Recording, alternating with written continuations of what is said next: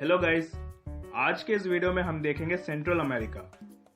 Central America एक अलग continent नहीं है, ये नॉर्थ अमेरिका का ही पार्ट है। नॉर्थ अमेरिका के सदर्न पार्ट में मेक्सिको देश के नीचे एक अलग सा एरिया है। सेंट्रल अमेरिकन हिस्ट्री बहुत ही पुरानी है। यहाँ पे फर्स्ट एग्जिस्टेंस ह्यूमंस का कब स्टार्ट हुआ था एग्जैक्ट डेट किसी को नहीं पता, लेकिन यहाँ मायन सिविलाइजेशन फ्लरिश हुई थी। मायन लोग रहते थे इधर, मायन कैलेंडर डेवलप हुआ था। फिर उसके बाद एस्टेक्स ने अपने एम्पायर मेक्सिको से यहाँ एक्सपैंड किया था। फिर क्रिस्टोफर कोलंबस ने 1492 में अमेरिका के लिए सी रूट डिस्कवर करने के बाद स्पेन का बहुत इंटरेस्ट बढ़ा इन सब एरियाज में। फिर स्पेनिश लोग यहाँ आने लग गए और सेटल होने लग गए।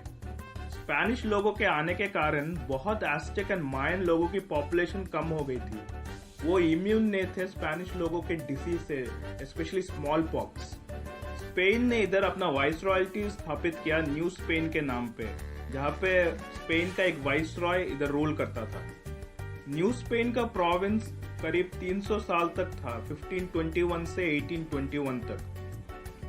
फिर 1821 में स्पेन से इंडिपेंडेंस मिलने के बाद सेंट्रल अमेरिका मेक्सिकन एम्पायर के अंडर में आ गया था। लेकिन 2 साल बाद ही 1823 में सेंट्रल अमेरिका मेक्सिकन एम्पायर से अलग हो गई और एक अलग देश बना, federal Republic of central America. ये देश भी सिर्फ शॉर्ट टर्म के लिए था, सिर्फ 18 साल तक। फिर 1841 में ये देश 6 अलग देशों में स्प्लिट हो गया था। और अलग पैनामा, जो कि ग्रैंड कोलंबिया देश का एक हिस्सा था साउथ अमेरिका में, वो भी ग्रैंड कोलंबिया से अलग हो गया और वो ये सेंट्रल अमेरिकन फेडरेशन को ज्वाइन कर लिया। वो फिर आज सेंट्रल अमेरिका में टोटली 7 कंट्रीज गिने जाते हैं। सबसे पहले बेलीज, जिसका कैपिटल है बेल्मोपान। फिर ग्वाटेमाला, जिसका कैपिटल है ग्वाटेमाला सिटी। फिर आता है होंडुरास, जिसका कैपिटल है टेगुसिगल्पा। फिर एल साल्वाडोर, जिसका कैपिटल है सैन साल्वाडोर। फिर आता है निकरागुआ, जिसका कैपिटल है मनागुआ।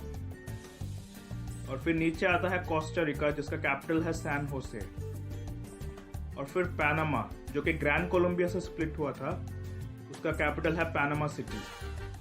फिर इन देशों के रिलीजन देखे तो यहाँ पे सब देशों में मेजॉरिटी क्रिश्चियनिटी है और उनमें से रोमन कैथोलिक मेजॉरिटी है 6 देशों में। वो है Guatemala, Honduras, El Salvador, Nicaragua, Costa Rica and Panama. सिर्फ बेलीज में प्रोटेस्टेंट मेजॉरिटी है। सिमिलरली लैंग्वेजेस में देखें तो बेलीज में सिर्फ मेजॉरिटी इंग्लिश बोली जाती है, मोर देन 50%। बाकी सेकेंडरी में स्पेनिश और इंडिजिनस लैंग्वेजेस भी है और बाकी देशों में स्पेनिश मेजॉरिटी है along with their indigenous languages. अब इन सेंट्रल अमेरिकन कंट्रीज का अलग यूनियन देखे तो इसका इंग्लिश नेम है सेंट्रल अमेरिकन इंटीग्रेशन सिस्टम, जो कि फॉर्म हुआ था 1991 में। ये यूनियन फॉर्म हुआ था ताकि इन देशों के बीच डिस्प्यूट्स कम हो, इनकी इकोनॉमी डेवलप हो और एक कॉमन मार्केट हो। इस यूनियन के कोर मेंबर्स वो सब 7 सेंट्रल अमेरिकन कंट्रीज है और एडिशनल डोमिनिकन रिपब्लिक, जो कि कैरिबियन में आता है, वो भी इस यूनियन का एक मेंबर है। इस सेंट्रल अमेरिकन कंट्रीज का एक कॉमन पार्लियामेंट भी है और एक कॉमन बैंक भी है फॉर इकोनॉमिक ग्रोथ। फिर सेंट्रल अमेरिका के लार्जेस्ट सिटीज और इकोनॉमिक्स देखे तो टॉप 3 में आते हैं Guatemala, Panama and Costa Rica.